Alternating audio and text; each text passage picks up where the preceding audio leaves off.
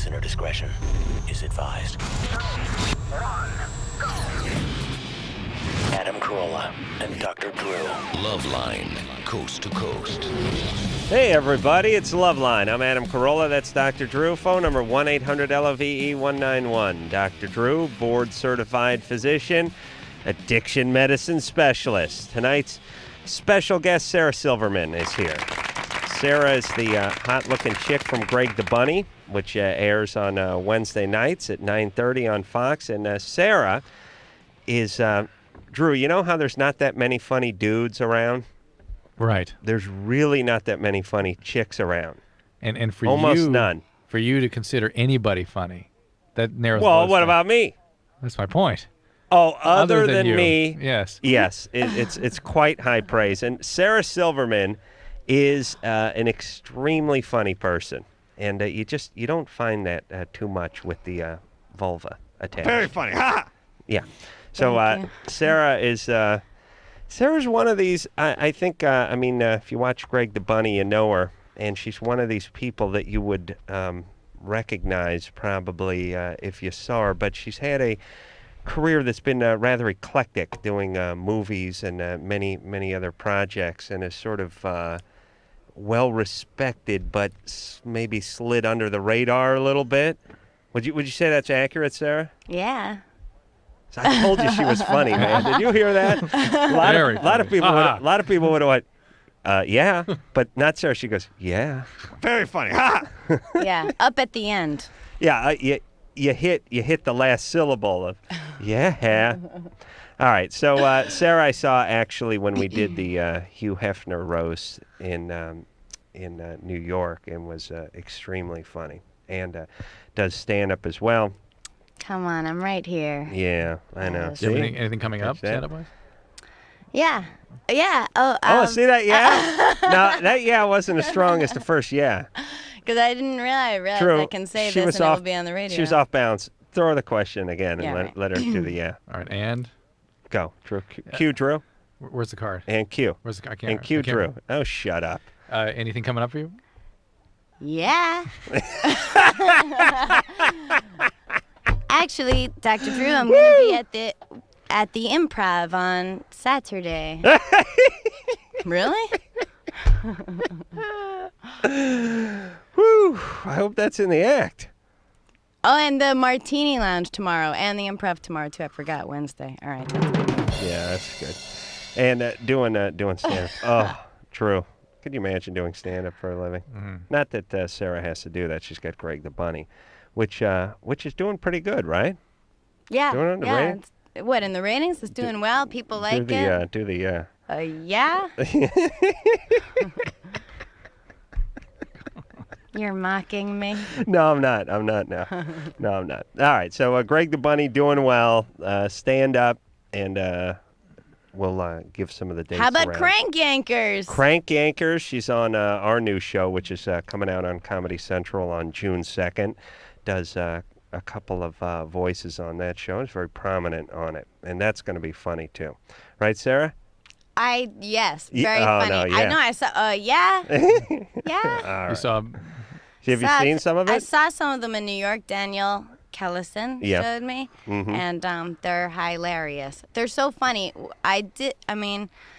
When they described it to me, I really had no idea.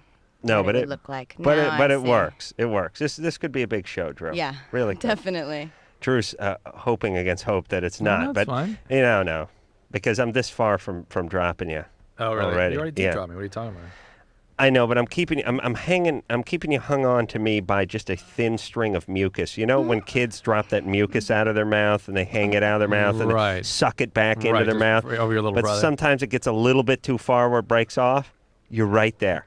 You're right where it's Can't going to wait. break off. Thank God for Dr. Drew. Brett? You didn't want it, Dr. Adam. I don't see a doctor in front of your name, Mr. Big Mouth. Sarah's wondering where David Allen Greer is. Oh, that's David Allen Greer? Yeah, he's funny too. Yeah, he is funny. Brett? For a black guy. For a black guy. Yeah. Brett? Yeah. You're 17? Yeah, how you doing, Adam? What's up? All right, check this out. Me and my girlfriend, or my ex-girlfriend now, we were dating for about 10 months. We broke up 3 times in that period. Now, she's still my best friend. She's always been my best friend. and she just wants to be able to hook up, just me and her, but not date. I was just wondering, why is the title so unimportant to her to the point where she wanted to be exclusive, just me and her, but I just don't understand that. Who followed this? I don't know. Oh. I don't know. The title, you say, mean the title of boyfriend and 'cause girlfriend? Yeah, it's still at the point where we're not going out, but still, it's just me and her hooking up, just me and her, no one else is involved. She's still my best friend. But she does not want to be called boyfriend and girlfriend. No, she just says she can't give a relationship right now when it's practically the same thing. No, Okay. but Well, who cares? Well, what's wrong with that? You're a guy. You should appreciate That's that. true. That's what I've been telling her. I said anyone else out there would jump at the opportunity to bone you without having to go out with you. And she just doesn't seem to get it that I want to be with her. You think he writes greeting cards? That is bone Brett? you without being with you? You old sweet talker, you. No, she does I can get see it. why she doesn't want to leave this guy Yeah, with sure. that velvety tongue. She does get it, Brad, and she doesn't want a relationship. She wants to be available to get into a relationship with somebody else. And in the meantime, she has needs. She just can't get let go right now, That's true, basically. right? until she Yeah, can. you're right. That's absolutely what she's doing. All right, so Brett, Yeah. if you don't like it, I mean, if you can't put up with it, then break up with her. But if you're seeing her, you're exclusive to her, you get to bone her, then why don't you just hang out, see what happens?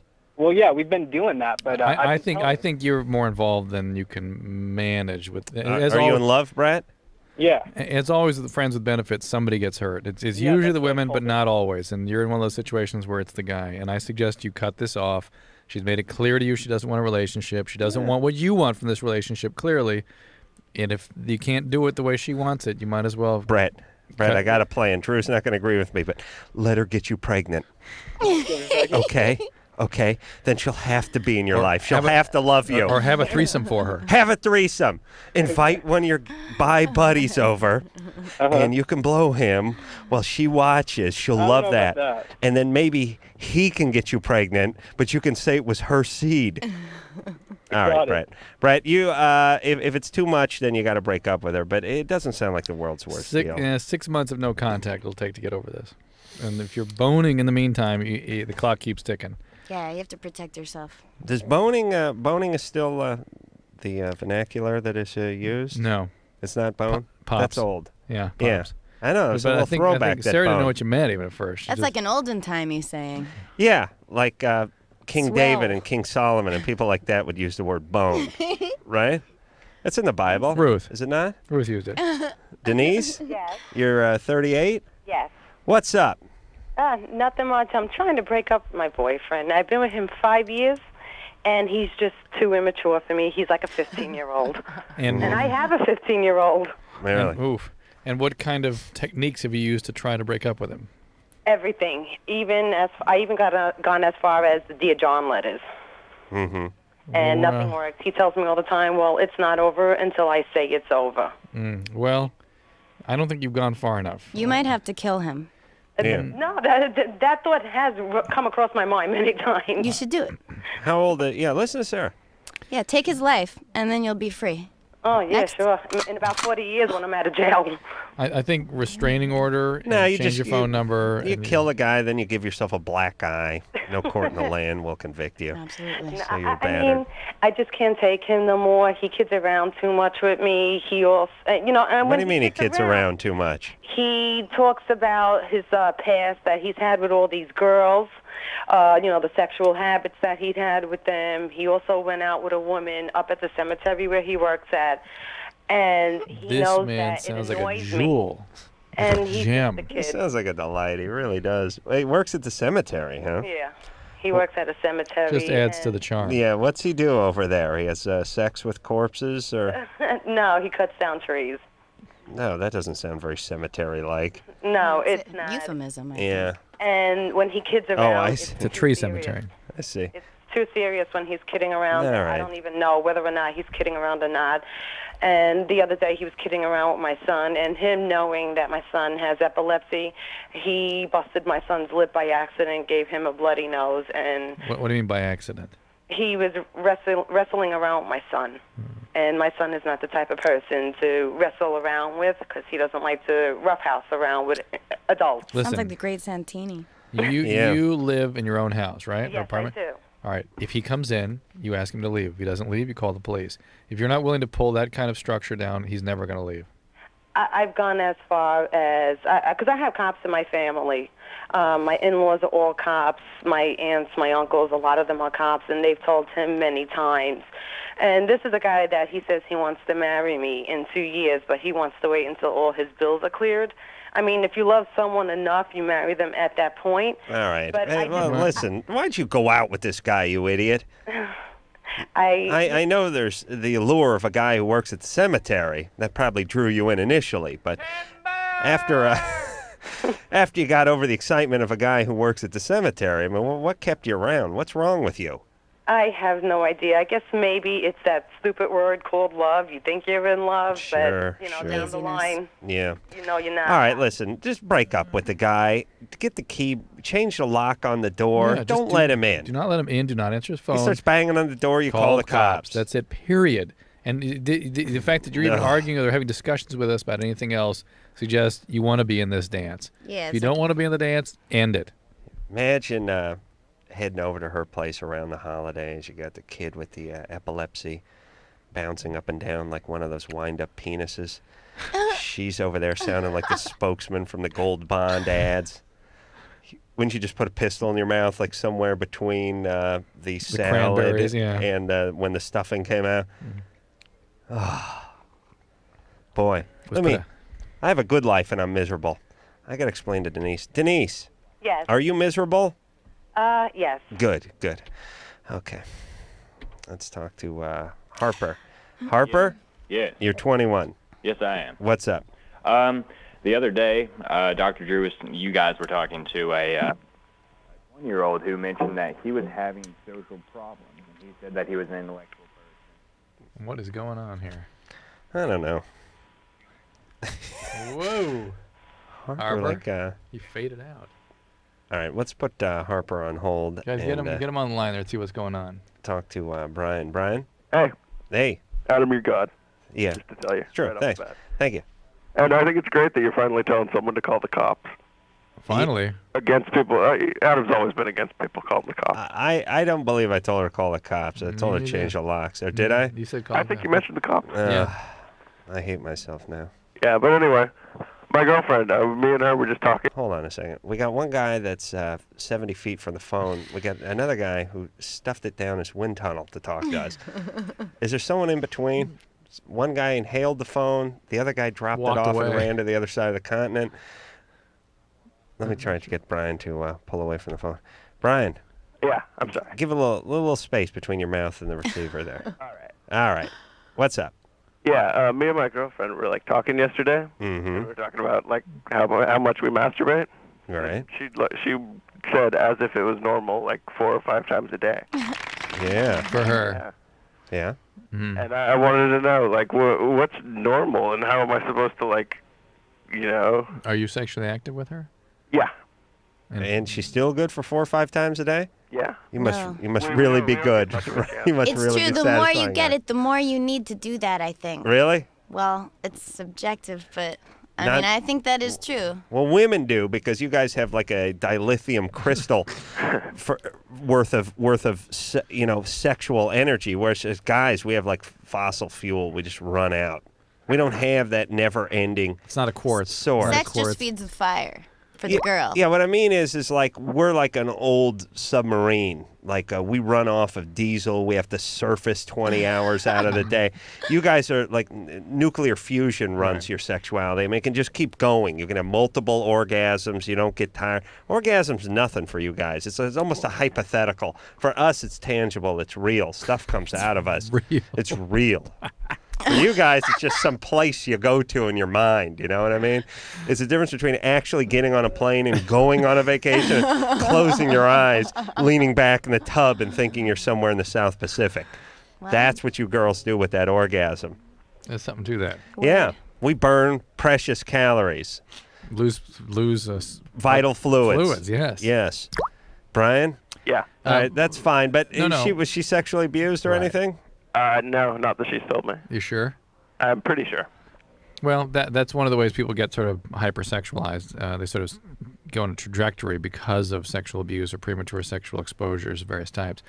And then also people are bipolar, manic depressive, and then some people that's just their rhythm. 4 or 5 times a day is not in the normal spectrum, the sort of within 2 standard deviations of the normal bell curve. Right. It's outside, but it can still be normal. Also, can it change with your cycle? Like you're near your menstrual cycle? Sarah, I think the way to approach this is to go, for me, it changes when... Yeah, try it. For Drew, For me, Drew. yeah, it changes my during a cycle. You see?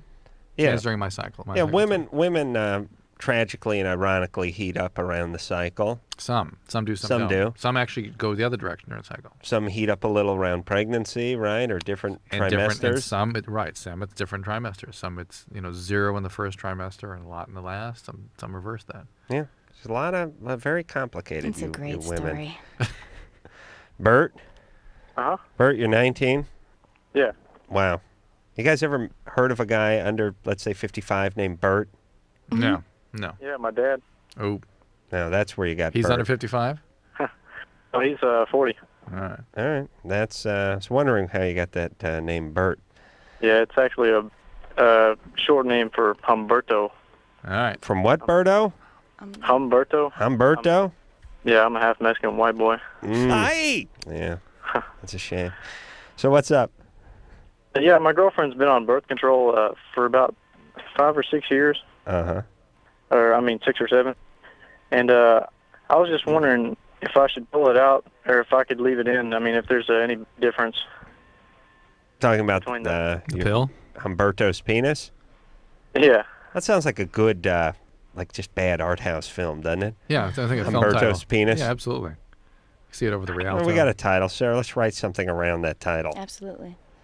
I'll play the role of Humberto's penis. Email me an outline. Okay. Hey, Humberto. Uh-huh. She's been. How old is she? She's 18 now. She's been on the pill for 5-6 years. Yeah. Since she was 13. Something like that. You've been having sex maybe with- 12. You've been having sex with her since then? What's that? She's trying to regulate her period or something. She has polycystic ovaries. Oh, interesting. I see. Yeah. So, okay, she also has a risk for diabetes. You got to watch out for as she gets older and exercise, watch her weight, that kind of thing. But Yeah. as long as she's on the pill and she's not taking other medication, she's taking it properly, you are covered. You don't have to pull out. Sweet. All right, Yeah. there. I was pretty sure, but I was just wanted to make sure. All right. Something nice about pulling out once in a while, though, right? Oh, yeah, definitely, man. Yeah. What's nice about that? You get to see it. Yeah. I'm not always so sure something's coming out of my penis. You got to check? I got to check. Yeah. I do it into a little petri dish and then I weigh it. That's how then I can tell if I had a good orgasm or not. Do you do sperm count and stuff too? No. Motility? No, just weigh it. Yeah, I'll do motility sometimes. check. Yeah, that's good. Sometimes I'll hold a flashlight under it. You have to get a microscope there, No, I can see it with a flashlight. I have obese sperm. You never seen that? No. Mine can be seen with the naked eye. That's more than obese. Oh, it is? Gigantic sperm. Well, it's the way the Corollas are. My dad had big sperm. Lazy, though. Lazy. Oh, yeah. Well, big people don't move too good. You ever notice that? Well, it's huge people. Yeah, my Huge dad he just had like one big sperm. He didn't have multiple sperm. It was one. It was like looked like like a guppy. Yeah, jumped out of his penis, jumped into my mom. That was my sister, and then I was the other one. And he doesn't have any more sperm. And you were like a little homunculus tucked into the head of the sperm. Homunculus? I don't know, but I like that. Yeah. That'd be a good movie for us to work on. Homunculus. You got it. And Humberto's penis. We out of time here yet? No. We'll take one more call. Harper? Yes. There he is. Hey, I apologize about that. That's all right. The other day there was a call. A guy was talking about he was smart and he was having social problems. And Dr. Drew, you mentioned that it was intellectual defense that he was coming to. Yes. And a resentment that he was socially inept and these people were not.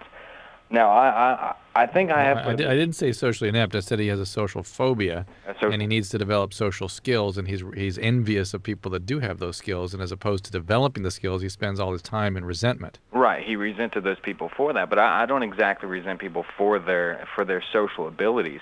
And Nor do you don't sound resentful. And so you're someone who is. But you are one of those idiots who thinks we're talking to you. when we're talking to somebody else. Well, I mean, isn't that a form of social disability, Drew? Well, I think finish your story, Harper. Let's hear you out. You also mentioned a few calls ago social problems due to alcoholism in the family. Is that true? Does that actually happen? Having alcoholism in the family causing social problems for future generations? Well, coming from an alcoholic family causes a whole spectrum of problems, amongst which there can be various kinds of anxiety disorders, social anxiety disorder being one of them, social panic phobias. Attacks as well? Absolutely. What describes a panic attack? What's the difference between, say, a panic attack and depression? Total depression is you feel sad, you don't have motivation, you may have aches and pains, feeling worthlessness, guilty, irritability. A panic attack feels like you're going to die. Your heart wants to burst out of your chest, you get pain, you get headache, you feel like you're going crazy. It's like a lightning bolt out of the sky where you feel like the world is going to end. Drew had one of those when we were filming LoveLine. Oh, I did. Did you really? Oh, I did. Yeah, that's great. I got in a fight with John Favreau. Oh, was that day? Yeah. That day? Yeah, we sort of finished that show, and the next one I couldn't concentrate. And all of a sudden I started having a panic attack, and I go, I got to take a break. So Right in the middle of the show. Yeah. He got up and went to his dressing room. Had to lay down on the sofa. I just had to take a breather, and Adam comes in the dressing room and goes, "What did you say to me?" Well, go ahead. Said, "God damn it, get your effing ass in there. If I have to spend one more minute in this studio because of you, I'm going to kick your ass." And what Did happened? that do Drew? it? No. Yes. How I dare felt you? like hell. I went out there. You got right up. You finished the show. You never felt better about yourself. Finished the show. I didn't know where the hell I was, but I finished the show. Klonopin. But here's the point. The No? point. Have you had a panic attack, Sarah? Yeah, I used to have terrible panic attacks, like 13, 14, 15, 16. Oh, really? I had one once when I realized I wasn't going to get a nap in. Then it's all of a sudden the world started closing in on me. When I realized I wasn't going to have time to catch a 20 minutes worth of Z's. Isn't the masturbation before your nap that you really that's more than a panic attack. Yeah, I mean, that is death. devastation. Yeah, that's not Despair. imagining death. That is death. All right, Dr. Drew here tonight, Sarah Silverman here tonight from Greg the Bunny, which is on Fox at 9:30 Wednesday nights. We'll take a quick break. When we come back, we'll talk to Toby, who's 24. He is gay. His male lover is straight. He's doing drugs too. Wait a minute. Toby? Yeah, what's going on, guys? Is that your real name? No, it's not. To me, that's like the #1 gay name, Toby. Oh, okay. I just tried to pick something out of the blue. Really? Yeah, 7-time caller. Interesting that you would pick Toby, though. I could have picked Kunta. Toby is replaced Bruce is the #1 gay name. Drew, were you aware of that? No, but you didn't read that in JAMA? In the headline, no. Interesting. All right, we'll take ourselves a break. We'll get back with Toby and Sarah and Drew after this. Hello? Is this LoveLine? Call 1-800-LOVE-191. Adam and Dr. Drew will be right back.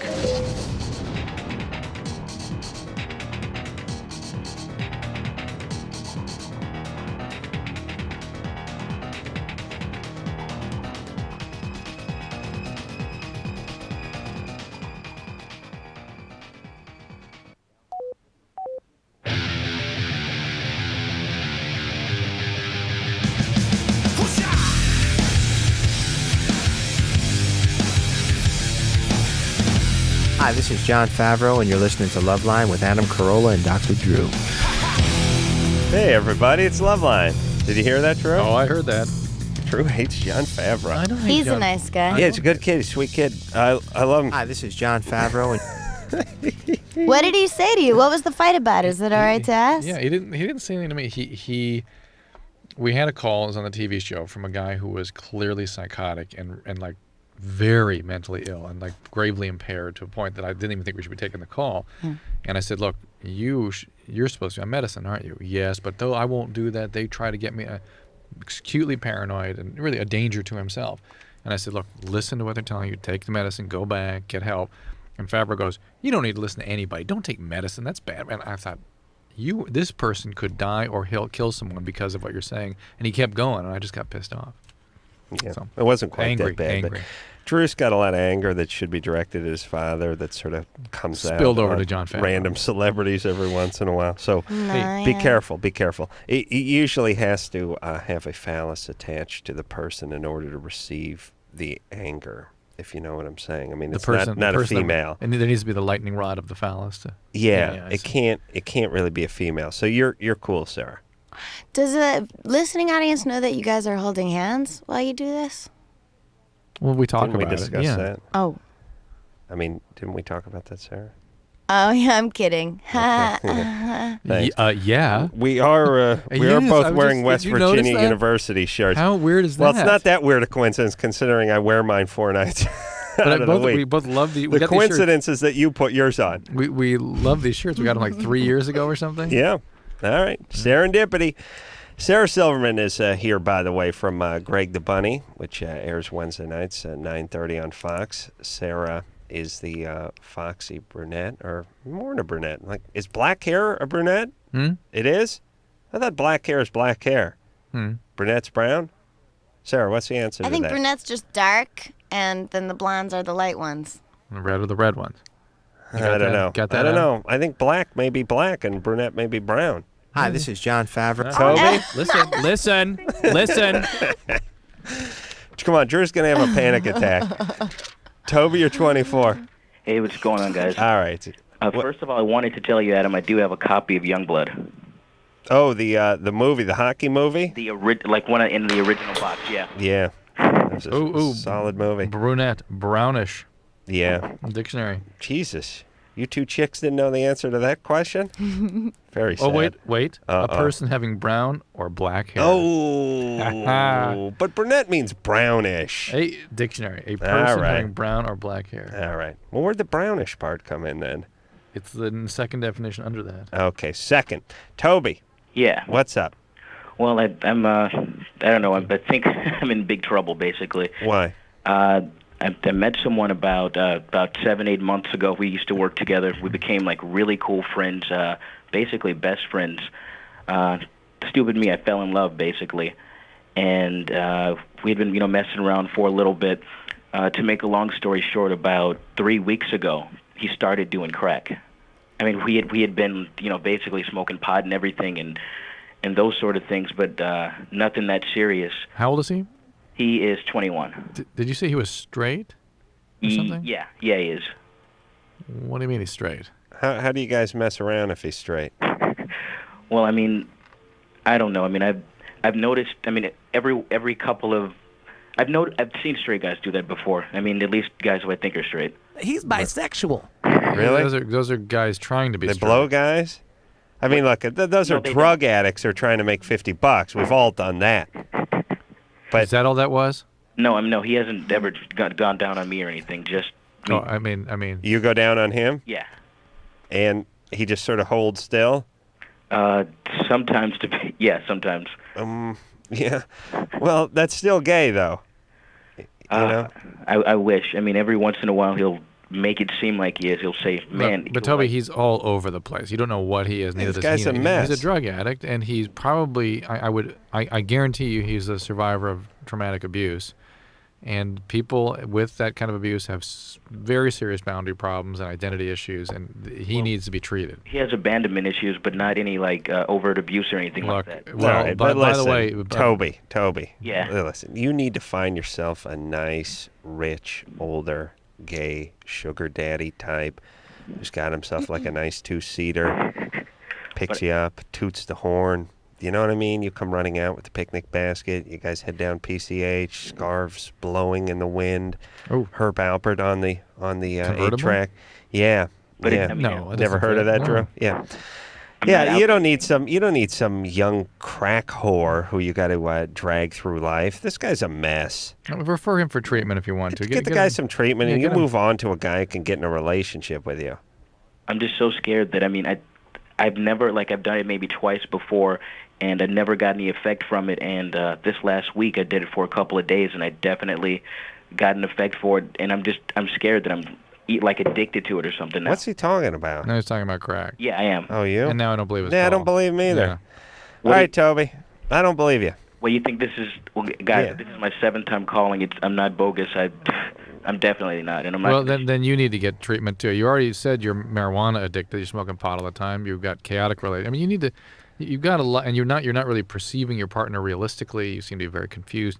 Why don't you get someone from mental health services to take a look at you and get a therapist and have somebody evaluate you and see what your needs are. Don't worry about him right now. All right, let's talk to Maddie, who's 13. Yep. Maddie? Yep. What's up? Hey. Hey. Well, my parents are, well, okay, first of all, my little sister's on the phone, too, because she's kind of part of the problem. How old is your little sister? She's 10. No, Maddie. Okay, anywho, so, Well, no, wait a minute. We 10 years old. 10-year-old? Really? No. Well, what's the problem? okay, I'm getting there. Well, yeah, but I'm afraid what she's going to say in front of the 10-year-old. No. Well, where are your parents right now, Maddie? Watching TV. Okay. They don't know I'm on the phone. Okay. Why don't we just talk to Maddie? Let's just talk to you. What's your sister's name? Lindsay. Lindsay, do me a favor. Just hang up you just for a few minutes, okay? Okay. All right, Lindsay. Thank you. Okay. Is that a real voice, or is that like a lamb chop puppet? That's the age of my kids. No. Are your kids 10? Well, they will be in a couple months. Couple months? Well, May, June, July. 3 5 years. months. Give me a break. Maddie, will you turn the radio down, please? Yeah. Okay. Okay, hold on. Don't do that. Okay. Okay. Well, my parents. Hold on. What's going on in the background there? I think we're picking something up. What? No, the door's closed. Hold on. Okay, so the radio's down. Mm-hmm. That's us. I'm going. I'll turn it off. It's me. There can't be another radio show. They'd never let a guy who sounds like that on the air. Never. Okay. All right. So, my parents, well, right now we're remodeling our house, and, so my parents' room is kind of destroyed, and so they're sleeping in the living room. Their bed is in the living room, and that's right outside my room, and they're, having, like, really, like, weird sex, and it's kind of scary. What do you mean weird? What? I mean, you hear it. Listen, all sex is weird when your parents are having it. I know, it's really weird to Missionary is bizarre when your parents are having it. All right, so it's screwing with you. You don't want to hear it? Yeah, I don't want to hear it. It's really nasty. Okay. How does she? Causing me to not sleep. All right. I bet not. Now, Drew takes great offense to this, but how about, and we used to get this question a lot, how about, thank God the 10-year-old's off the air, but what, Maddie, why don't you just, why don't you say, well, she wouldn't know what it was if you didn't explain it to her, Maddie. No, she does. She's 10. Drew, wait till your kids get into their 40s. You're going to be doing this goddamn radio show. How could they possibly know? They're only 40. Drew, you have to transpose everything over to your kids. Yes, don't you? everything. 10-years know what's up. They're starting to. Some know, of them they do. know what's going on. Some of them do. They've heard about this stuff. I had to put Maddie on hold because her line was driving me nuts. But look, you don't have to tell them to stop having sex. You should say, I was up all night. I heard noises coming. Were you guys, if you guys were like wrestling or talking or something. Anyway, could you keep it down? Because I couldn't What about sleep. her just getting up, going, Mom, I need to get a drink of water? Yeah, but moms can't hear because her knees She are will. over her Listen, ears, she and will. her dad has her duct taped Let together. me tell you something. And he's working her like a mitt. If she's half a parent, just the slightest peep out of the kid, they'll hear it and they will freak Drew, out. these guys, they're calling from Mill Valley. These guys, they own some sort of, they sell pottery by the roadside, and they grow their own hemp and smoke weed all day. They don't know anything. They have hippie parents. I'm telling you, watch. Maddie? Yep. Do you have hippie parents? No. This is like Silicon Valley. Turn your radio down. Oh, okay. This is by business people. No, it's off. But, no, they're actually pretty protective, and, like, I would never actually think of them as having sex. Ever. What's your dad do for a living? Like, I don't know. He's, I don't know. Yeah. It supports my theory that no woman knows what her dad does for Sarah, a living. what does your dad do for a living? You don't know? He writes novels. See, there you go. She knows. She doesn't know. Well, she's smart. Well, he used to own a retail discount girls clothing store called Crazy Sophie's Factory Outlet. Really? Yeah. Is your dad one of those nutty genius types? Yeah, he did like his own commercials and everything, and Oh my God. and you really couldn't understand a word he was saying because of he's from Brockton, Massachusetts, but he writes novels. He wrote a book, it got published, called The Event.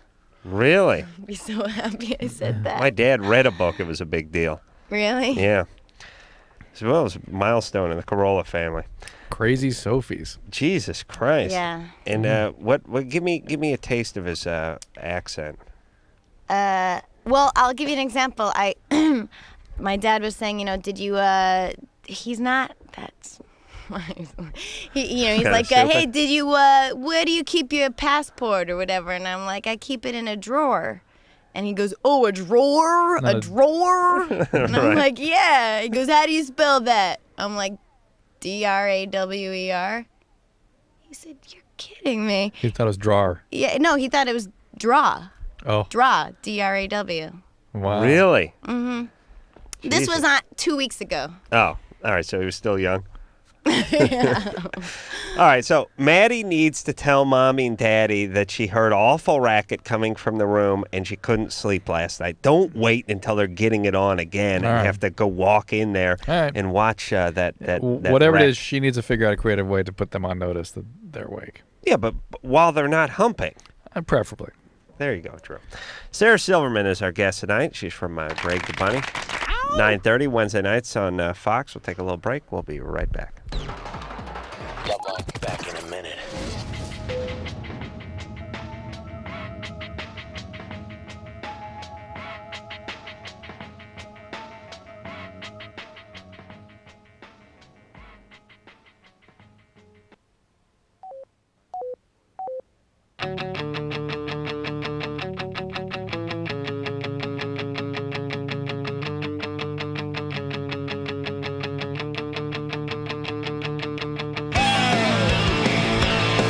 Hey, everybody. It's LoveLine. I'm Adam Carolla. It's Dr. Drew's over there. Paul Tracy, the race car driver, is going to be in here tomorrow night. He's going to be at the Grand Prix of Long Beach, which I'll be at on Sunday, sitting in the bleachers with all the other schlubs. Mm-hmm. Oh, you'll at least be in the pit. Be fair. Yeah. You'll be in that beer garden There's somewhere. nothing like that beer buzz Yeah. during the day. You know what I mean? Where you just pound a few free beers at noon, and then you stumble out of some tent. You like that? Make some awkward remark to one of the wives of the racers. Some inappropriate remark. Yeah, that's my plan. That is my plan for Sunday. So I'll be looking forward to that. Looking forward to Paul Tracy in here tomorrow night. Sarah Silverman is our guest tonight. She is from Greg the Bunny, Wednesday nights on Fox, 9:30. Let's see. I'd say this is the fifth episode. Which one is it? Yeah? Is it? I tried to recreate it. Well, they've been. I saw the first one. They've been. That was like they 2 weeks plugged ago. it for a long time. I mean, they hyped it for a couple of And then months really before was it too came much? out. You know when they do that too much? No, I not know. too much. But what happens is then once the show's been on the air for 3 weeks, it feels like it's been on the air for 3 months because you've been hearing about it for a long time. Then they changed the night, right? Didn't they change it No, or it's something? 3 episodes have aired, but it's been on. Tomorrow will be the 3rd Wednesday, but after the first Wednesday it was on, they showed like a special airing on Sunday. Yeah, and I think right, they Drew. play I told like I was a fan of the show. encore episodes on different days and stuff like that. Get it into the America's, bloodstream. It's, That is I think so that's way. gay. You're looking for bloodstream. Yeah, I had to search my mind for that. Those big words. That was a long Like haul for drawer. bloodstream, but it's generally a success, right? I mean, Yeah. the network's happy, everyone's happy. Yeah, everyone's happy. Good. Yeah, it's gonna be great. I've never had like a regular job, so but it's it's fun. It's good. Eugene Levy's. He may have. I was announcing the other day. I don't know to who, but he may have more brow than me.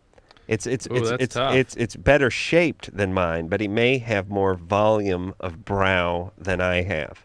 Could be. Could be. What do you think? Yeah, maybe. There's more brow there. There's a lot of, but you know what? He also he makes the most of the brow. Right, it's shaped. Yeah, but he lifts it and he moves it around. I don't use my brow as a crutch like Eugene does. It's a part of his bag of tricks, the brows. No, he can't even help it.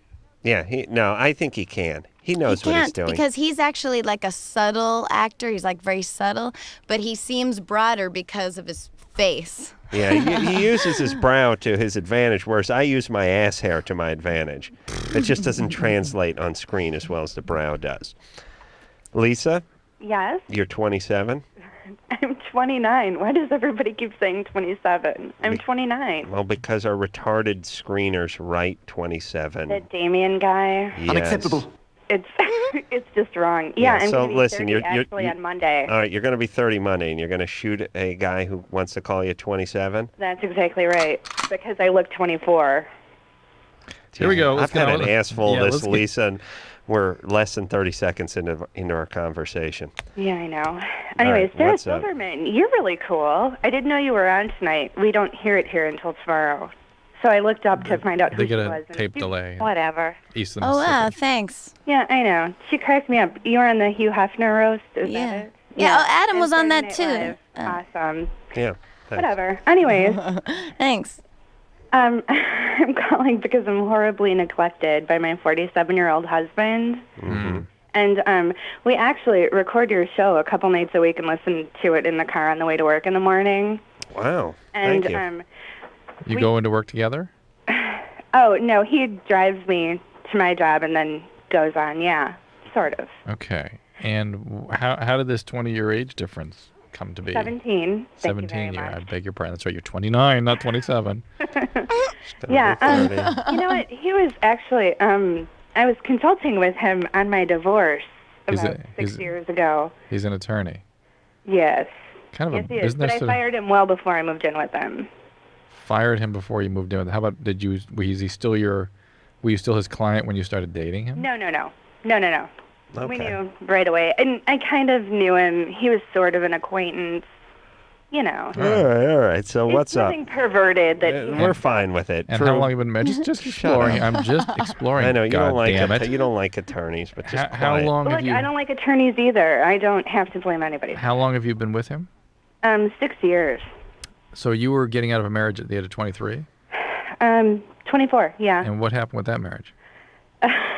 It was just a really bad idea in the first place. I mean, part of the clue of that marriage was I left through the entire ceremony. The priest had to stop it twice and told us he wasn't going to marry us if I didn't stop. But unfortunately, that doesn't help me. What happened to that marriage? Oh, Well, she's it just gregarious. didn't work out. It made her laugh. What was the problem with him? It didn't work out. Well, no. What was the? All right, listen. I have mixed feelings about punishing Lisa for her attitude because she tapes the show. No, let's get. You know what I'm saying? Let me get to All the right, bottom well, of it. I'll let you talk to Lisa if you promise not to bring up another number in front of her, because All right. if she corrects anyone in the studio Okay. again, No numbers. do no math with Lisa. You All right. will never be right. Do not expect the first time I ask any question there be a direct answer. Each question is going to take at least 3 swacks. A Chinese Yeah. physicist could not float a number in front of Lisa without But her correcting it. That's right. And I don't mean just numbers. I mean any question will get first defense, Yes. then denial, and then we'll get it somewhere. I'm guessing she's good looking. She has the attitude of an attractive woman. All right. So Lisa, what happened with that marriage? I just, This is number 2. yes, The second time I'm asking you, what happened to this marriage? we didn't get along. He was a total a-hole and made me feel bad about myself. Okay. And I didn't realize it at the time because he was older than me, and I thought he was so wise. And So you keep going for these older guys. What's up with you and your dad? Is your dad older? no, don't see my dad. You don't see your dad? No. So that's a relationship you never really had. Right. Okay. Well, he was a really good dad until I was like 12, and then just dropped off the face of the earth. He what? It was really a shock that he turned into such a jerk. Well, you know what? The guy you thought he was, he's not. Right. And so what you thought he was wasn't real. Right. And the real guy is the prick that left when you were 12 because a good person couldn't do that. Right. All right. And that's what you absolutely right. found out with your last 2 marriages. And you're going down a path with this guy where you're kind of looking for ways out on this one too. Well, I don't know. See, with my first marriage, I can't really compare the two because I don't think we were really ever in love. I just had to get out. Okay. There was like foster care and chaos So- at home. It was, Foster care yeah. for you. Okay, so do you want to get out of this relationship? No, I don't. See, here's the thing that makes me want to wring his neck. I really, really love him. I'm incredibly attracted to him. People think I'm attractive but he just doesn't. He think you're attractive. Yeah. What does that mean to you? What's your evidence that he doesn't think you're attractive? Does he tell you you're not attractive? Well, he has called me fat a couple times lately. Has he said, I'm not attracted to you? Yes. Well, fat But with I a don't- PH is I'm okay. sorry. Go ahead.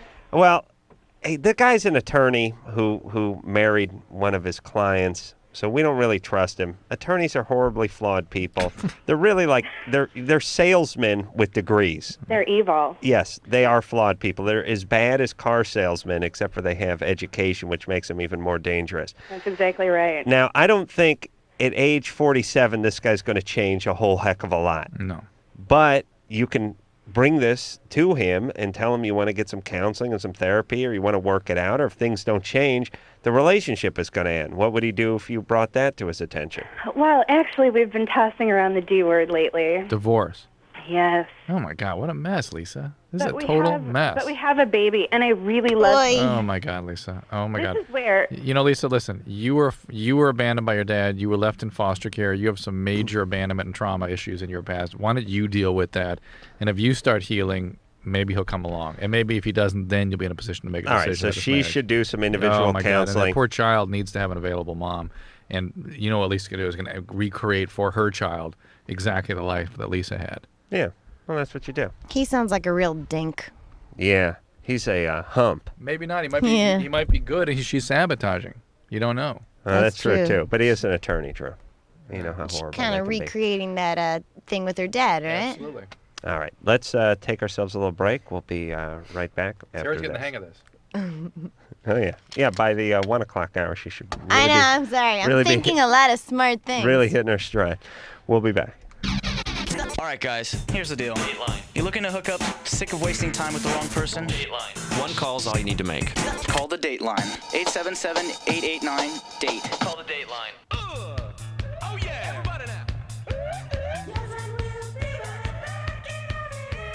LoveLine will be right back.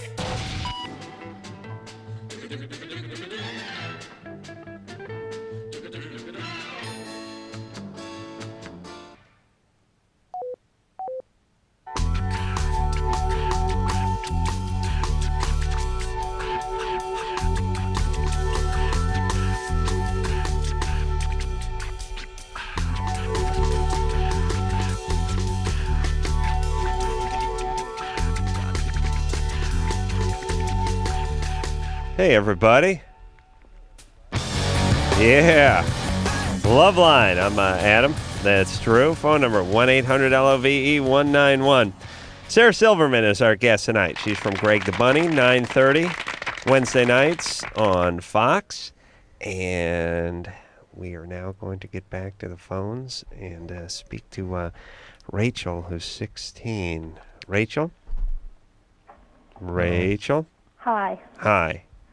Hello? Yep. Okay. My question is, when I was about 12, 13, 14, I was pretty heavy into drugs. I was doing a lot of heroin, a lot of pills. I was smoking a lot of marijuana. Age appropriate behavior, sure. Perfectly normal, perfectly natural. Perfectly healthy. Any hallucinogens? No, not until I was a little bit older. So what did you end up using?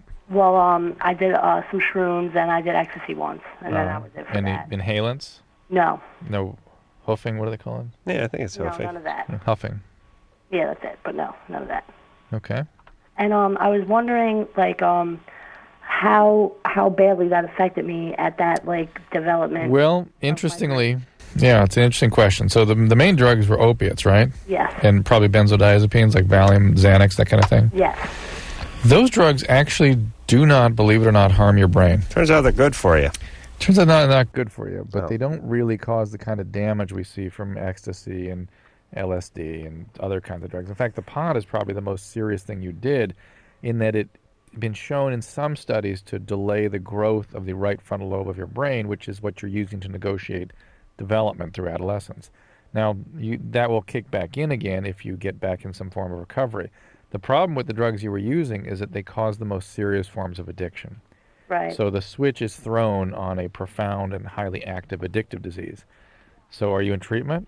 Yeah, I had 9 months clean. I started going to Narcotics Anonymous. All right, so you're in recovery, and to be in recovery at your age is an extraordinary accomplishment. It's very difficult to do at your age. I'm sure you're finding. That's good. It's a great thing that she's in it, and then and just stick with it. But That's not as opposed to someone who didn't get into drugs at all, right?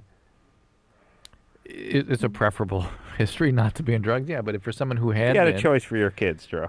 preferable Rehab at 16 or Well- just in the 10th grade? Well, the reason I commend Rachel is that the usual 12 to 14-year-old heroin addict is by 20 a total disaster. Usually just beginning a very long journey down a very dark path. Often doesn't see 30, doesn't live to 30. Right. And the fact that you're in recovery at And Drew, 16 there's been- bodes well. Now, there's been confusion about this in the past, not with me, but with some of the listeners. When you say doesn't see 30, It again, skips 29. It goes 29 doesn't mean 31. going from 29 to 31. It Yes. means you die. Is that true? No, it means going from 29 to... Oh, it sometimes- does. Sometimes 32. Sometimes you don't see 31 either. Oh, so you ought to say that. You may never see 30 or 31. Or 31. Think that'll impress them?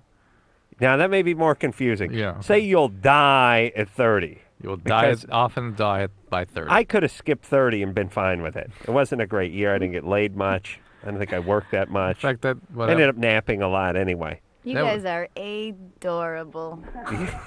Yeah, we're cute. All right, hey, Rachel. But, God bless you. You're doing great for yourself. Yeah, but Yeah. so all the damage will repair itself, right? Yeah, it's not really damage with the Yeah, drugs. you're fine. Again, it's those drugs are not that damaging. Just horrible addiction, and that's what you need to attend to. Okay. All right. And really, as a female, you don't need your brain as much as guys do anyway. Do you know what I mean? Yeah, I totally agree. Right. So are you listening to him? You heard what he said? Yeah, I didn't. You're but not offended? What? Okay. I would say. Had you heard? Men really need their brain. Women, yeah, it's nice to have a brain. Yeah, but not necessary. It's frosting on the cake. Right. You got boobs and ovaries. This brain, sure, it's great, but... A little overrated for a woman? Yeah, it's kind of, you know what it is? It's like on the back of the sports car, that chrome luggage rack. Don't necessarily need that. Yeah, it's nice. You grab know, one that it's- has one on there. It's like the little tab that holds your parking ticket on your windshield. See what I was talking about with the brain? I got it. With the who? What tab are you talking about? The little on some cars, there's a little tab on the windshield, and you can put your parking ticket there so you don't lose it. You know what she's talking about? Those little plastic things. You can slip them. I never. You you mean on the sun visor? She's overthinking you. No. Outside of the car? Inside. Some cars have Inside a little of the plastic car. thing. You've never seen it probably. This is going terribly wrong. Inside the car, there's a plastic. It kind of slides up and down on the sort of the edge of the where the window is, where the windshield is. Yes, and it's a little. Not every car has that. What? This is high-end cars? No, not necessarily. Oh, okay. I shouldn't have messed with the analogy. No, King. it was good. I was just confused. I didn't. Apparently not good. I had never seen that part in Your a brain car. is too big. Do you put your parking tickets there, or You can your put valet? anything there, flat. And so you can read it, or so people can see it when You they're. can put your directions to get to the place you're going. You can put your Let's go ahead. tab, And, your no, ticket. let's go check our cars and see if there's a. Well, I don't have one of those. Drew, do you have one of those? I don't think I do, but I might. Sarah, do you have one of those? What are you driving? Like no, a Kia? What do you have? I have a '97 Volvo sedan, and it's a Volvo? great car. I thought you said Volvo too. All right, we're gonna go look and see if I you have can't that believe thing that's during the making you break. giggle. You're a doctor. Yeah, but he's used to saying vulva. He's like crying. No, it's just like you guys seem like teenagers. Yeah. Your voices are like old. See what we have to endure all night? James? Yeah. You're 20. What's up? Yeah, okay. First of all, I want to say you guys are awesome. I'm glad you guys are here to talk to. Great. Just recently I found out that my girlfriend that I've been with for a while turned around and she went through an adoption without telling me or anybody else. An adoption? Or no, an abortion, excuse me, I'm sorry.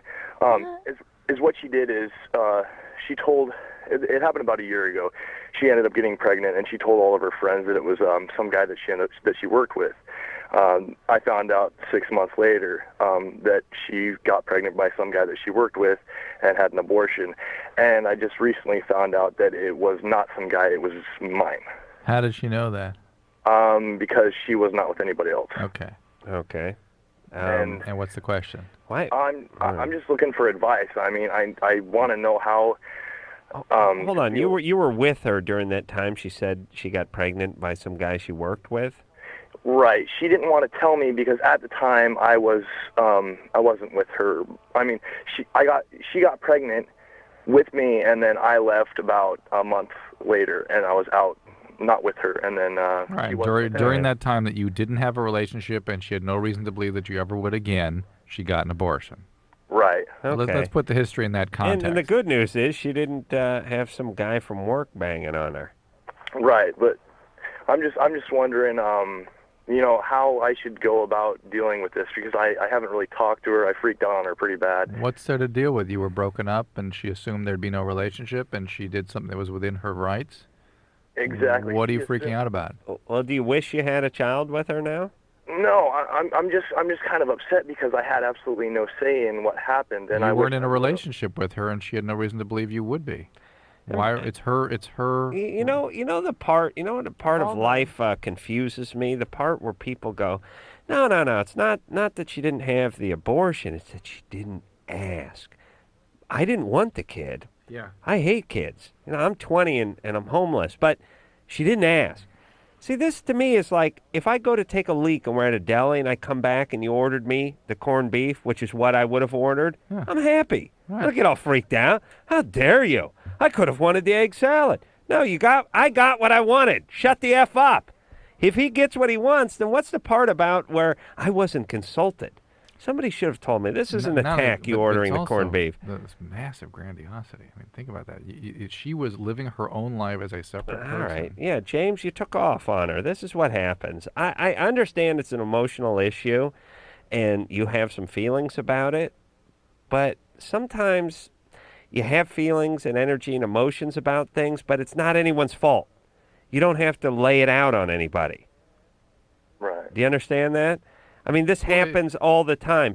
Bad things happen, and there's no one to really point a finger at. If you were going to point at anybody, it'd be yourself for leaving that relationship. If it was something you really cared that much about, well, you made a mistake. Why did you leave the relationship? Because I didn't know at the time how much I really did care about her. All right, well, you made a mistake. You made the mistake. She didn't make a mistake. She did what she wanted to do as a separate, independent, whole person within the boundaries of her rights. Yeah, you broke up with her.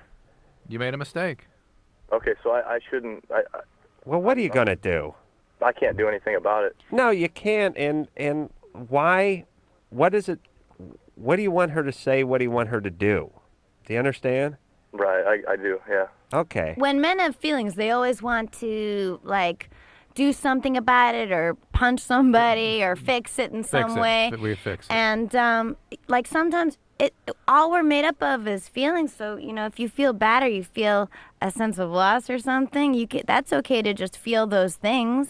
Yeah, I think this is from a societal standpoint, it's really starting to bother me that every time something happens to someone that doesn't make them feel good, they have to look around and figure out, what do I do? Do I sue the manufacturer of the bicycle? Do I sue the supermarket? Do I yell at my girlfriend? Do I blame the school system? Look, sometimes bad things happen to you.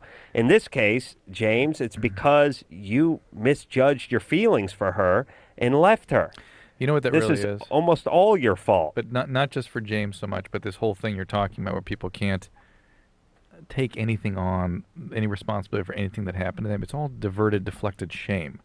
Anything that makes them feel like they were responsible or they feel bad about something they did, they get exposed to shame and they got to put it somewhere else. Right. Got to put it on to somebody else. It's really exactly them. Right. They should be ashamed. It's them the problem. James knocks up his girlfriend.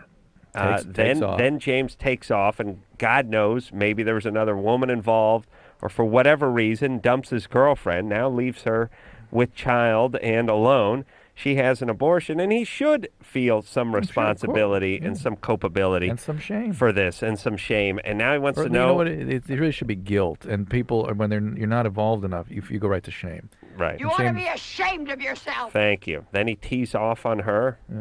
Yeah. And then women wonder, and guys, but they wonder why their partner doesn't tell them anything after a while, because they just freak. And by the way, the part where she got knocked up at work, and she told everybody some guy at work knocked me up. Troublesome.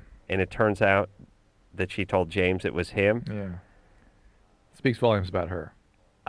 It's also possible that it was a guy from work, and that when James laid into her about who the hell were you banging at work, she flipped it around back to him and said it was yours. Do you know what I'm saying?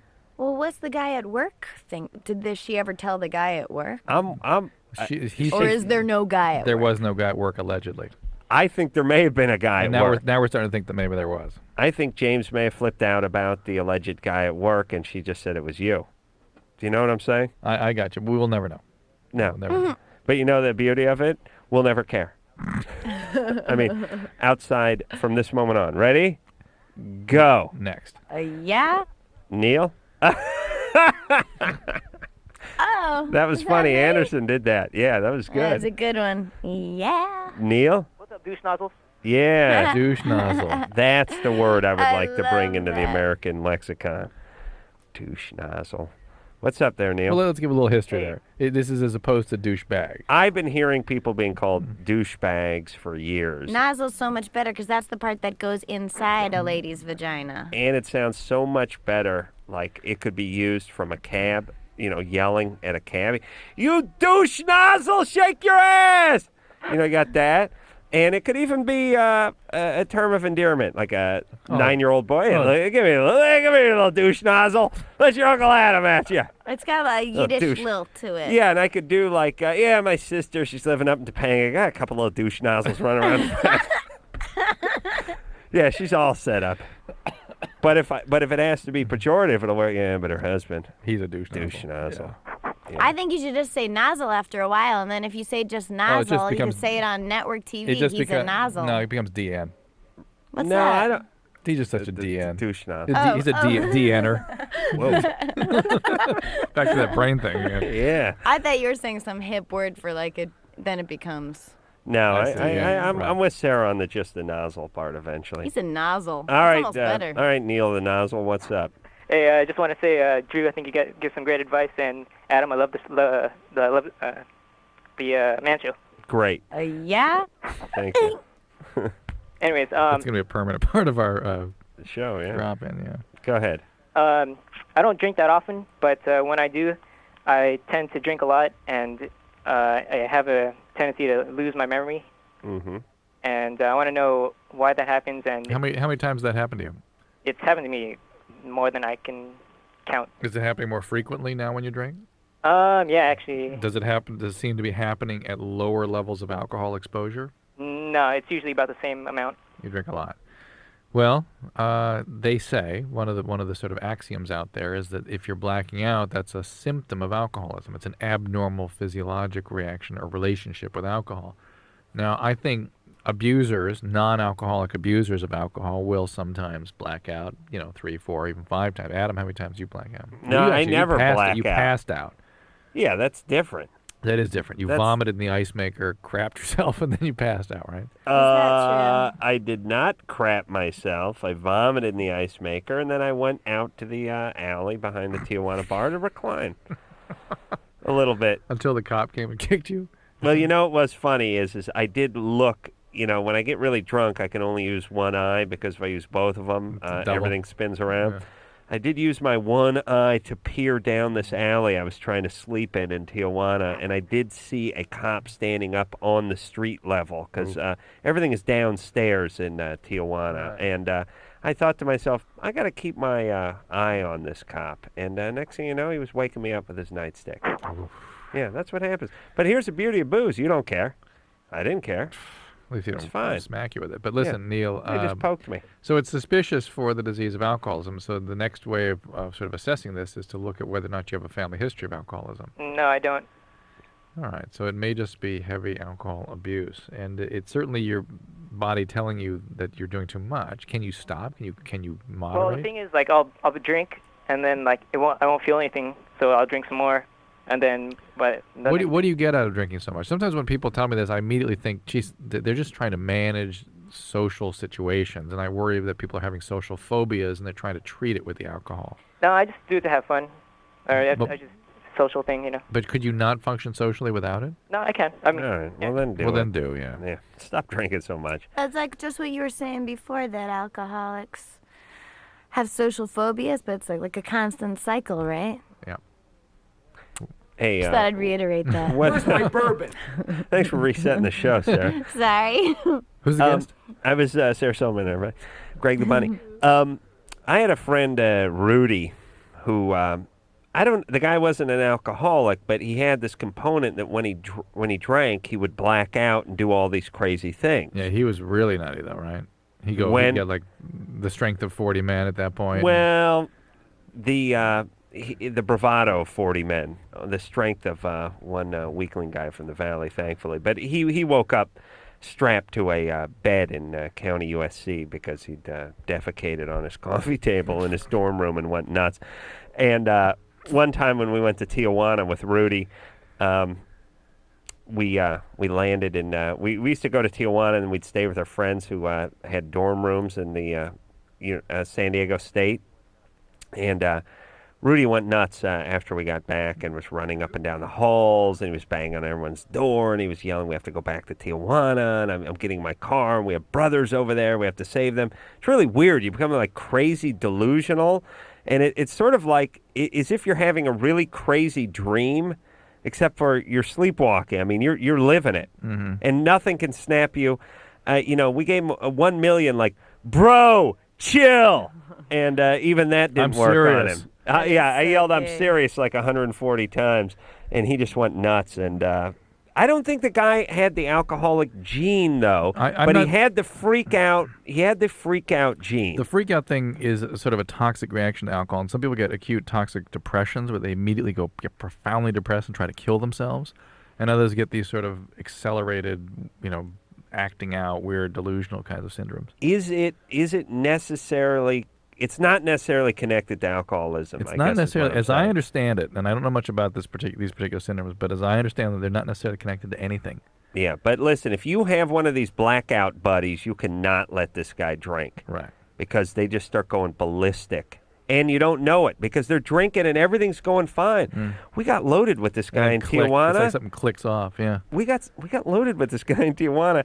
And this guy drove us from the border back to San Diego. Oh, boy. We all decided he was in the best shape out of all of us to drive. Have you ever blacked out? No, I don't really drink. You don't?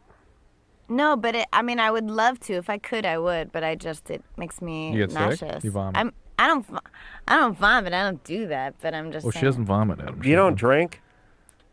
Every once in a while, I might have a sea breeze. What do you do? What do you do? No, I don't drink because I don't like the taste. I don't like the taste. What do you do to get your buzz on? I smoke weed. Oh, you smoke weed? All right, good times. What crack. About she does crack too, Adam? Be fair. Oh, you smoke and crack. Oh yeah, you but shoot that's up? that's like a daily maintenance. Weed for fun. Why don't you get on some of these like hard lemonade drinks or something? I think you could get a good buzz off of that. Really? It wouldn't taste that If bad. I could, I would because I think I would enjoy it. All right, well let's we'll get a 6-pack. We'll go to the park after Okay. the show. We'll see if we can get you going on that.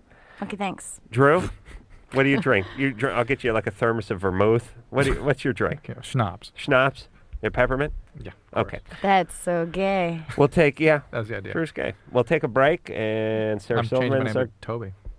I am. Sarah's our guest tonight. We'll be right back. LoveLine. 1-800-LOVE-191. We'll be right back.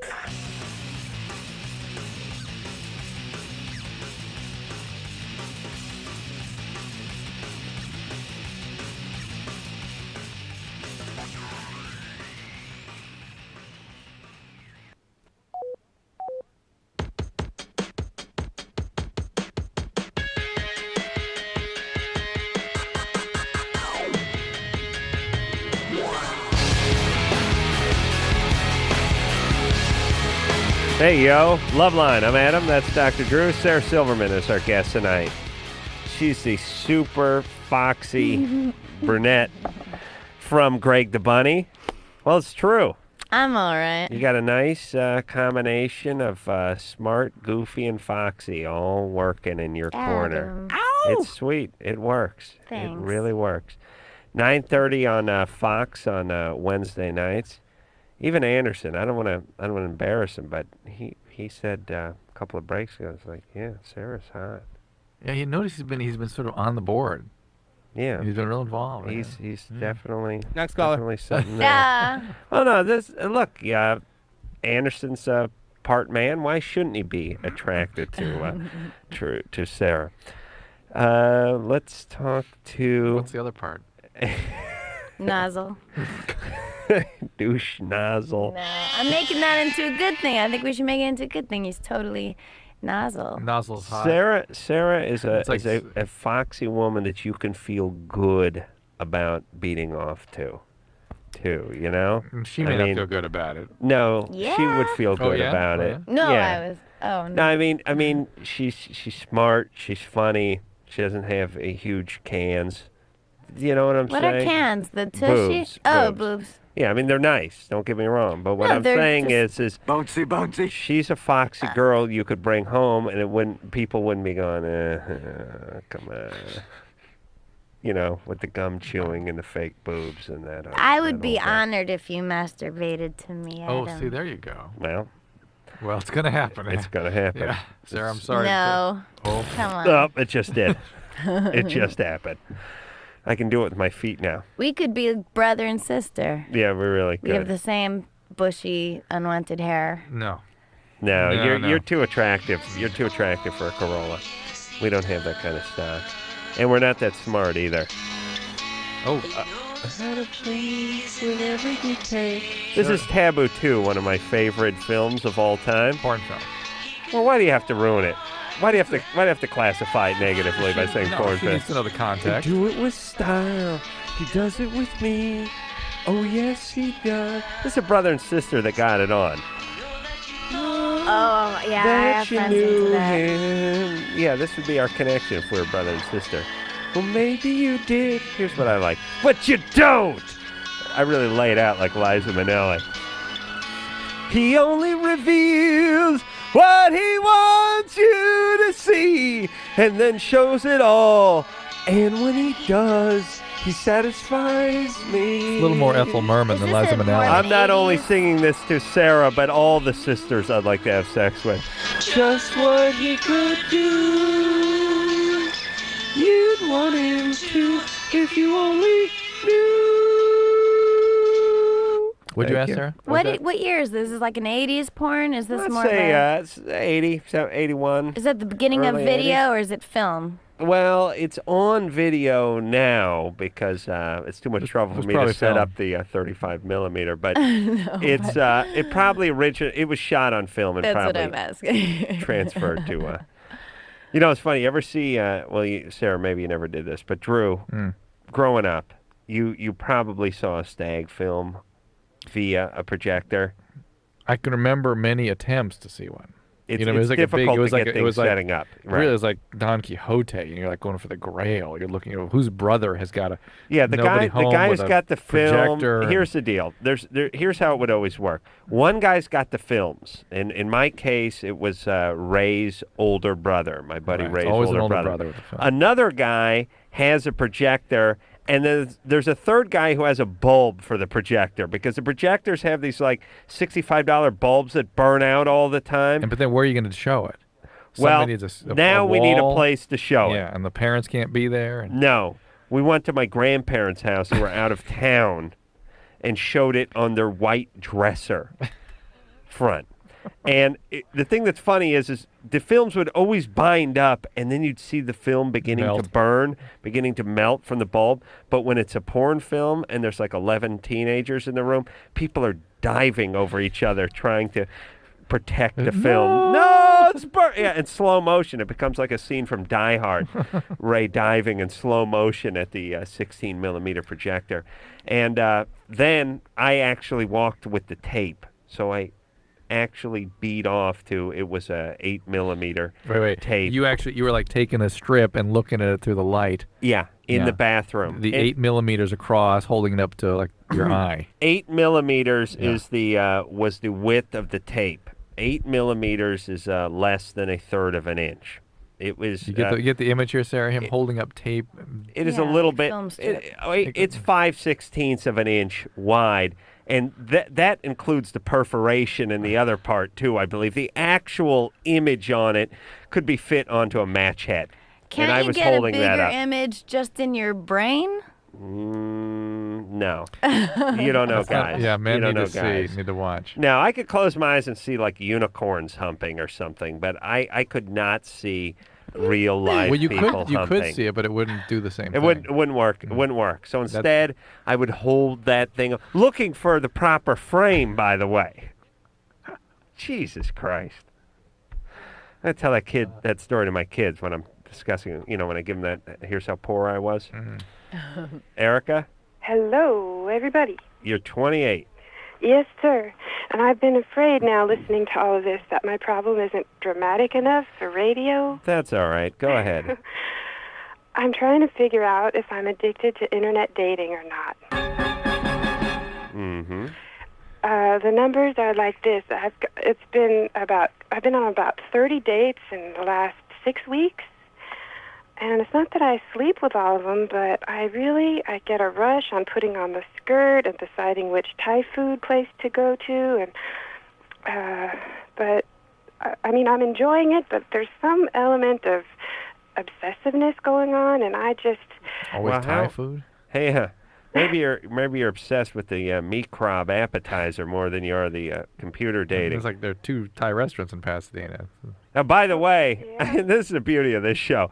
I was listening to a radio show where they were reviewing food, and Meryl Schindler this week on a competing station said the 2 best places in town were in Pasadena. So Saladang. Yeah, you may want to head over there on your On Fair Oaks. All right, 25th date of the month. I'm a very attractive date, is the thing. Yeah. I get lots of dates, but You sound like a he-she. Oh. No, you come don't. on. No, you don't. Okay. I know what. So what is the problem? Why don't any of these dates work out? Why don't you develop into relationships? That's just it. I don't know. I don't know what the deal is. I'm really into dating. I'm not into the... Well, you are. Are they into you? Yeah. And you? Do they want a second date? Yes. Do you allow that? No, I usually say that I just don't, I use that phrase like, oh, it's not clicking. So But there's another element here, which is that I'm relatively into what people call kinky sex. Yeah, you're S&M. I'm ready to gamble. Oh, yeah. Oh, yeah. Can we gamble? Yeah. Hold on, Erica. We're going to gamble on your past, all right? Okay. So you have to be very forthcoming when we talk to you next, all right? You got it. I'm all for it. All right. I can predict what you're going to ask, and yes, the divorce... No. Hold on, No, hold she's on. talking about divorce. No. Drew, I'm going to need a buck there, Brody. You pussy. I gave all my money to some idiot who came by my house wanting money for some charitable cause. Can't remember what it was, but anyway. All right, who gave me another buck? I did. Is that Drew? Yeah. Thanks. Okay, here's what we're going to do. I get that Marilyn Monroe voice is really driving me nuts. I think we have to gamble. We're going to gamble on her past. She's doing all this dating, yet she's not interested. She likes into the kinky sex, likes the thrill of the hunt, but not so interested in eating the prey once she's hunted it down. So, got it. Drew's got an answer? Yeah. Sarah, here's how this works. We gamble on what kind of environment she grew up Like in. who had sex with her? Right, like when no, she was... No, not who had sex with her. What happened per when she was se. 5? Yeah. Right. No, that's what I'm saying. Oh, who I had see. sex like her father? Right. I would say, Yeah, go ahead. Go. Yeah, go well, ahead. I'm deciding between a brother and a babysitter. Ooh, good. Oh, now she doesn't. I think it's an outside, perhaps an Don't talk- outside. Ugh. Drew. don't talk her out of it, Adam. She's like going on a good path here. He's allergic to pedophilia. My impulse was brother, but I think it might be a babysitter because I think it might be someone who's came into her life and went out of her life. What made you think about brother? Interesting. Brother, because the kinky sex and the feeling that it's wrong, and that's, I think, kind of a Familial.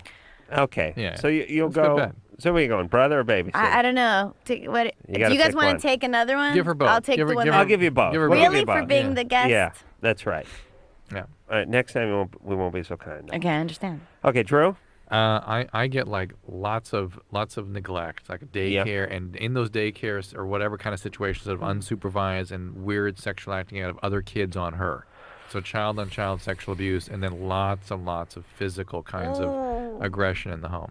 Okay. I'm working more toward daddy with the pleaser thing and that real breathy voice and the man. I'm going to go with Dad out of the house early and a slew of rotating guys coming through the house. Not necessarily Addicts? sexual abuse. We didn't get. Nobody said addiction. All right. Dad was a boozer. Maybe Mom's a boozer. Just you can throw that into your version. Where's my bourbon? Yeah, I'm going to go with who would please a guy? Where'd that guy-pleasing thing come in? She's not into guy pleasing. She's into using guys for arousal and then dumping and then trying to get into S&M relationships with them. And again, it's sort of anonymous acts. That was like a control issue too, though. All right. Okay, maybe. Okay, Dad. Physically abusive. Dad. Well, I just said that. Oh, you did? Did you say it before I did? Yeah. All right, Dad gone early. A lot of idiot guys rolling through the house. Some of them abuse her various ways. Okay. Right. What line is she on? 2. 2. All right. Erica? Holy moly, everybody's wrong. All right. First of all, I am the prey. You are the prey. What happened when you were growing up? Dad left, but I didn't get touched by anybody. And how about the guys that your mom brought in after him? What were they like? They were fine. There was just one, and he was relatively like my dad. And no one ever did any kind. Your original biological father wasn't aggressive with your mom or you. No, sir, none of that. Do you at least have a brother? No brother, no babysitter. I was. Then how can you say he wouldn't have molested you? You don't even have one. You know what I'm saying? It's an existential question. I'll rest my case. Philosophical question. Yes, if you in fact had a brother, Sarah's claim that he molested you would probably be true. Yeah, I'll stand by that. So, Eric, were you the oldest in a group of kids or something? I'm the oldest of 2. You said you were the babysitter? Yes. So you were sort of parentalized and required to take care of kids and stuff? Yes. Maybe she molested herself. At what age did that start? Not early, 8 or 9. Not early? Latchkey kids, yes. I'm very mature. Well, and did anything ever weird happen with you and the kids? No, it was just me and my sister watching the Smurfs Mm-hmm. When did you lose your virginity? at 16. Uh-huh. And all your boyfriends have been good? No abuse there? No abuse there. In fact, I try to get them to abuse me, and they don't. So, which is why working. That sounds perfectly healthy. Yeah. It's not adding up here. Neglect fits. Neglect is fine. We get that part. And being parentalized is abusive. So these are abusive situations you were in. But the kind of arousal you're going after now, in our experience, usually suggests that pattern was there some point. Maybe, do you have early childhood memories? I do, and they're all pleasant. Nobody ever raised a hand or anything? Well, listen. Camp? Well, no, I Sleepaway used to get spanked for lying. You get spanked for lying. Hmm. And were you really beaten or just kind of smacked a couple times? Smacked a couple of times. But So I stopped lying. I wasn't after negative attention. all right. Well, listen. I'm done trying to milk this rock. Yeah. Erica, you what do you do now for a living? I'm in art school, but I also work at a sex toy factory. I knew it. You knew it? I thought she was gonna say she was a phone sex operator. What do you do at the sex toy factory? Well, a few things. R&D? I kind of manufacture leather bondage items. And what you It's in town here. you sew them? I put rivets in it, and I punch the holes. I kind of design them. Like, you've seen nothing until you've seen a table full of... Oh, listen, I've been to one of the. Hold on, I've been to one of those sex factories, and it's just a bunch of 300-pound Guatemalan women working on sewing fake pubes into fake balls. What are you talking about? That's not where I work. Where I work, we're all very hot. We're all into the scene. Hold on a second. I Yeah, it's not this fitting. stuff's not adding up. Yeah. I'm really hot. I work at this sex factory with a bunch of other hot chicks who are all There's into no the such- scene. I make a living putting studs on cod pieces.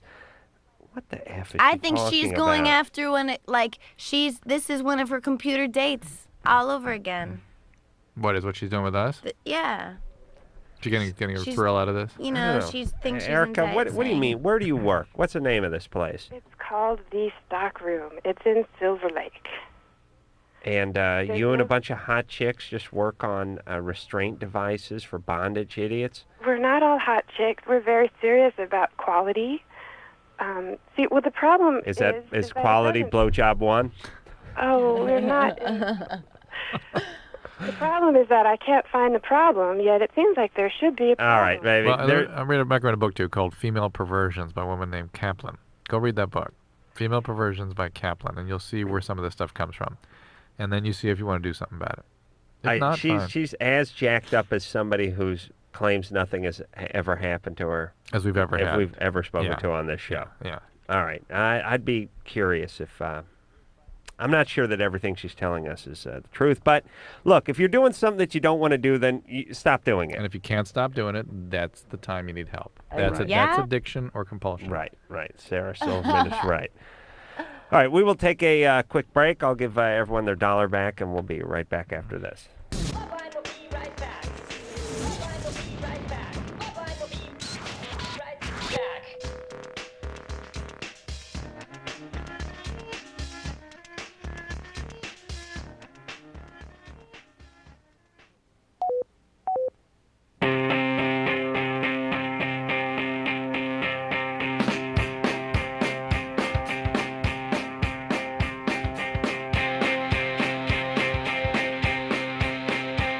Hey, everybody, LoveLine. I'm Adam. That's Drew. Sarah Silverman is our guest tonight.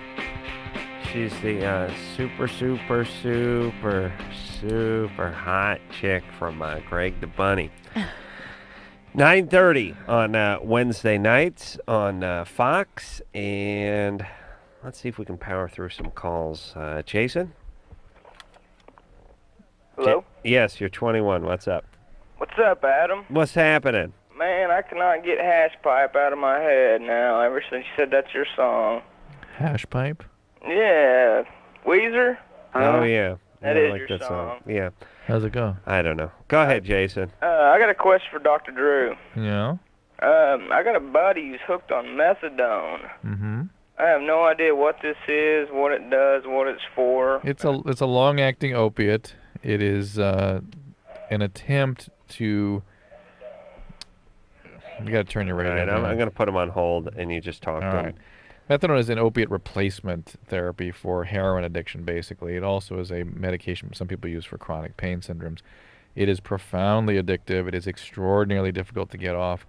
I'm not a huge fan of it, but it is certainly should be an option for people that have recalcitrant addictive disease. If I was a someone fan of methadone's earlier work through the 80s and earlier part of the 90s, but when they played when that was Bad Religion on the road. Yeah. And their last two CDs have been They were good. They're a little weak, pretty yeah. weak, pretty weak. But they sold out. The problem with methadone, it's probably the hardest drug there is to get off of. The withdrawal can take weeks, if not months. Incredibly painful, incredibly uncomfortable. So once someone graduates to methadone, it is a pretty serious issue. If, on the other hand, someone is dying on heroin addiction and can't seem to get into recovery or keeps relapsing for whatever reason, it's nice that there's an option because methadone can save lives, or at least prolong lives. Amanda? Hello? You're 16. Hello? There's always some F up with the phone. How retarded? What's up with our listeners? How retarded do you have to be to just hold the goddamn phone to your ear and wait for us to get to you? She's been waiting for 90 minutes and she was asleep. Really? Probably just startled her. All right, but is there always some confusion around? Hello? Yeah. Hello? All right, but look, I feel bad now. Amanda? Hello? You've been on hold for 90 minutes? You're kidding. I didn't know I was on hold that long. You were so entertaining, Adam, that she didn't realize that much time had passed. Okay. Is your radio down in the background? Yes. All right, baby. So you're not sure if things are going anywhere with your boyfriend. Yeah. And you want to know whether to move on or not. Yeah, I don't know what's going on. I mean, it was there, and he just started coming to my school. So now he's around me all the time. But I'm looking at this other guy at school who I think is looking at me too. Wait a minute. How long? You've dated this guy? Yeah, we've been together for about 2 years. 2 years. And he was at a different school and he came to this school because of you? No, he moved, and my school became his home school. And so now that he's there all the time, you're not so into him? It's not that I'm not so into him, but he hasn't found his own group of friends, so now he's always around me. So he's kind of clinging to you and that bothers you? Yeah. And it becomes less attractive. This is what women do, guys. This is it. Yeah. As soon as you you can't need, be clingy. Or as soon as you need them, feh. No, it's not that. But Hold on. Amanda, are you black? Yes. All right. Do you think she knows what feh means? Your Jewish terminology? How dare you use that on a young black woman, Drew? Use something black, would you? That becomes, what is that? Who's in the background there, Amanda? No, that was my mom. She was okay. making she knows my boyfriend. Fe is Jew for bad, Amanda. Oh, okay. Okay. So here's the deal. If you don't want to be with this guy, then break up with him. No, it's not. But you do want to be with him. You want to be with another new guy, right? Yeah, but if this doesn't, I don't want to take a chance on. It could work out with my boyfriend, then I make a mistake of going with this new guy. Well, you in the realm of love, you cannot cover every base every time. And in the big picture, Amanda, you've been dating this guy since you were 14. How old is he now? He's 16. And these relationships usually don't last more than 2 or 3 years. I mean, that's a very long time for a relationship at your age. And it is important actually to date other people and figure out who you are and what you want. By the time you're going away to college after high school, you think? Yeah. All right, you go away to college and form a new group of friends. You don't want to be encumbered by a relationship that you've been with since you were 14. That's what I'm saying. I would like to also try new people. Of course, and that's a good impulse. It's a healthy impulse. There needs to be turnover in your relationship. It feels bad. Age. It feels bad because it's going to hurt him, and he doesn't yet have friends. And it was not a bad idea for him to wait for him to generate a group of friends so he has some support when you drop the axe on him. Right. But on the other hand, he maybe break up with him. Yeah. Listen, anyone who's been dating anyone from 14 to 16 needs to break up. Otherwise, it's going to be one of those retarded high school things where you two have been together for like 6 years. Meanwhile, you're 18.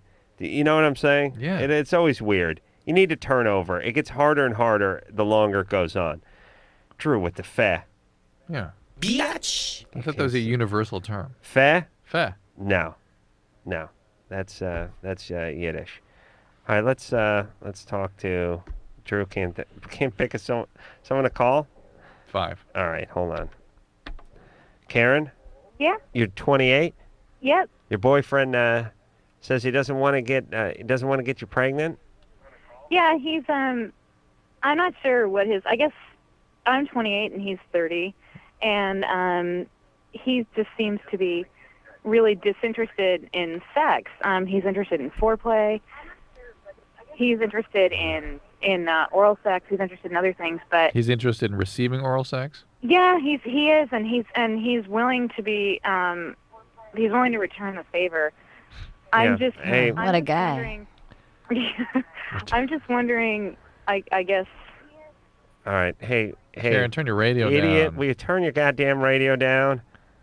Jesus it's Christ! practically off. All right, but listen. Practically off. We heard blare. Don't be a fool, you idiot!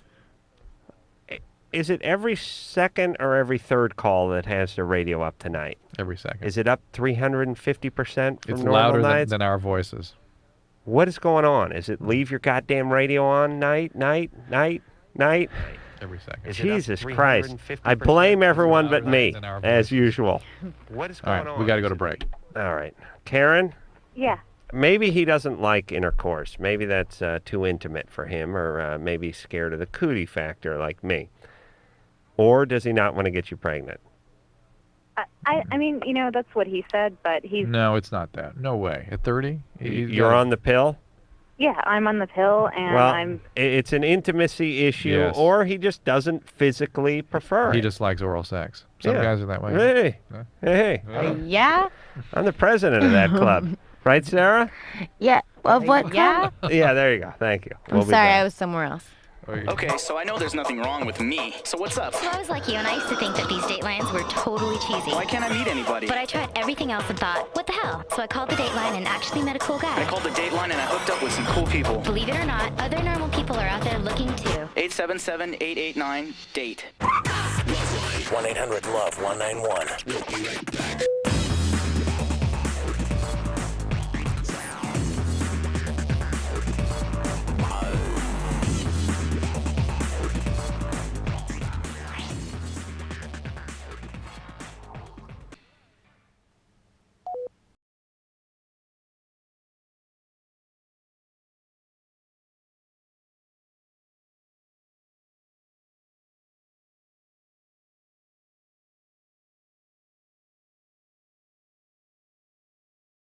Show. I want to thank the talented and beautiful Sarah Silverman for coming in here tonight. Thanks, Adam. Thanks, Dr. Drew. She can be found on Greg the Bunny on 9:30 Wednesday nights on Fox, and on stages everywhere doing her hilarious stand-up routine. So, yeah, I think it's funny. No, it is. Thank you. I've never really seen it, but I know. I saw the roast, and you were very funny in the roast. And I know that if you're going to be funny in the roast, you got to be funny doing stand-up. So, until next time, this is Adam Carolla for Dr. Drew saying mahalo. Yeah? This has been LoveLine. The opinions expressed on this show are not necessarily those of the staff, management, sponsors, or this station. The producer for LoveLine is Ann Wilkins Ingold. LoveLine is a presentation of Westwood One Entertainment.